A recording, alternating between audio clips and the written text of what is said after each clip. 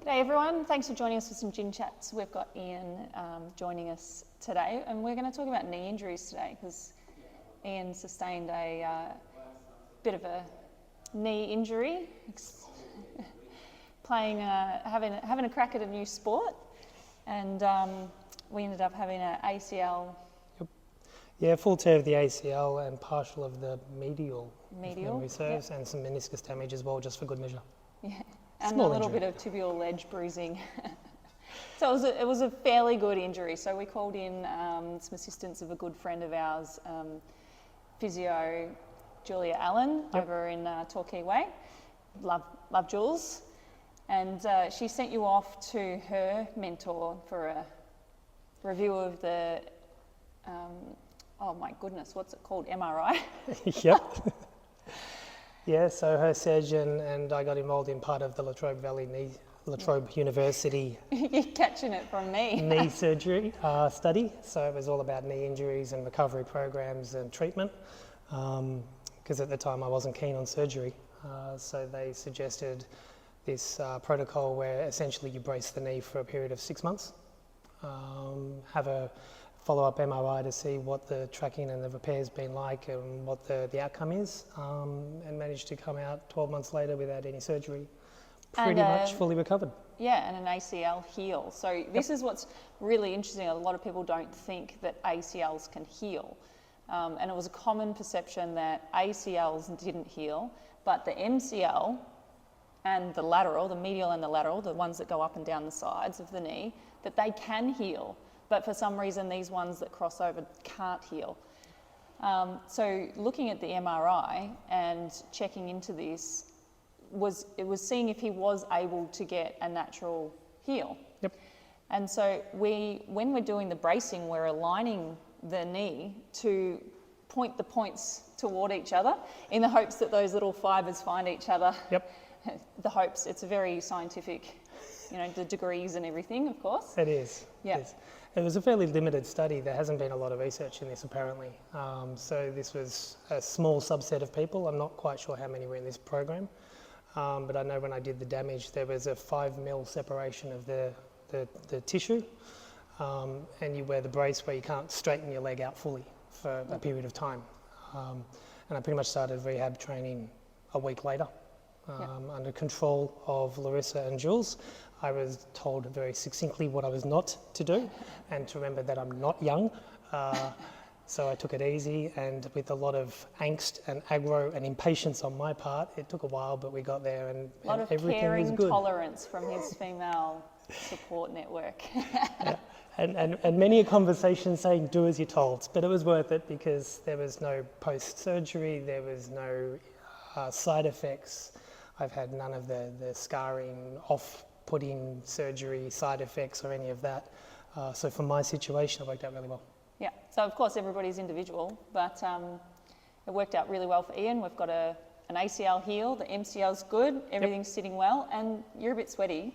What have you just been doing? I've just finished my regular cardio kill me session of Muay Thai training with Jade. So we're kicking, back to kneeing. full kicking, kneeing, elbows, everything again. So I have the official green light to be able to go back and do stupid things again and have a fun life and be able to be fully motive. Excellent. And we've also just come off of some really fun strength testing with Jules.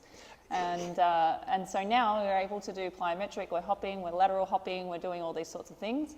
And now to just finalise the bulletproofing of the knee, we're working with Jules in creating a final program, I guess, of rebalancing everything, because having that brace did create some movement anomalies. Yeah, but it wasn't much actually, surprised me, because I've never done that sort of an assessment before, but it was all around measuring the loads between the different sides of the body, the laterals, the verticals and horizontals, and I don't pretend to understand it all. But not only was it measurements in mobility and jumping and lateral and vertical movement, but also there was load testing to see which side was stronger or weaker. And everything was within 1% of both sides, apart from abductor and adductor, and I always get those two backwards.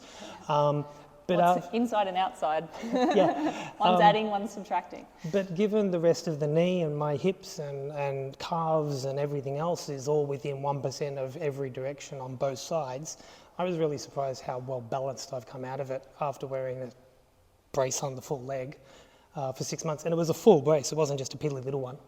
Well, it must have been a pretty specialised strength and conditioning program that you were under that whole time, I have to say. It was. There was a lot of well guided Thanks, Jules. exercises for a long time, but yeah, it was still good. And I highly recommend it because my squatting technique has never been as good. So I've come out better at the end. When we met, we were trying to improve a few issues with the squat, and Ian wanted to get into some heavier lifting and maybe some strongman things was one of the original things we'd spoken about. Yep. And I was like, well, you're going to have to fix that weird little shifty thing you do in the bottom of your squat. And we'd been working on it and it was going well, but actually the thing that's really improved his squat position was really learning exercise and movement around this injury, and now your squats are bloody brilliant. You're squatting more than you were before the knee injury. Yep. And consistently, and sort of more like your warm-up weight is what your heavier loads were before.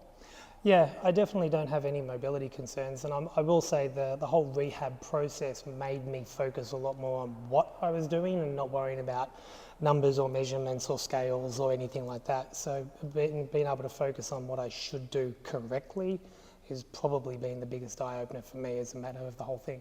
If only I had listened 2 years earlier, it would have been a very different lifestyle. But sometimes we just have to do the hard way. There's the stick and the carrot, and sometimes the stick makes you do things a little bit better. Now, the theme of this week has been like feeling old. So I'd like to ask you, you're in your early, just 50? 51. 51. I was going to say early 50s. That is early 50s. And in regards to feeling old, what do you say to that? Like, oh, I'm getting old, like, can I really heal that well? Or I'm getting old, should I really care about improving my squat? What do you have to say to that? I like to jokingly say I'm old, but in all reality, I'm probably in the best shape I've been in for 25 years, sort of thing. My asthma is under control. I'm off most of all my meds now. I don't actually take any medication for that, so my cardio is stronger. Physically, I'm a lot fitter. I'm able to go bushwalking. I go rock climbing with remote control toys because I'm still a child at heart.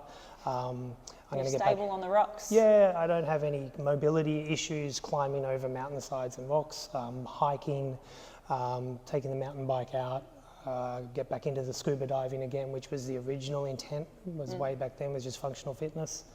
It's actually the shoulder, wasn't it? It was getting in the way of getting in and out of the shoulder, trying to get in through a harness and everything was the initial issue back in the day, and everything's a lot better now. So realistically, I'm probably in the best shape I've been in since I was a teenager when I used to ride everywhere instead of having a car.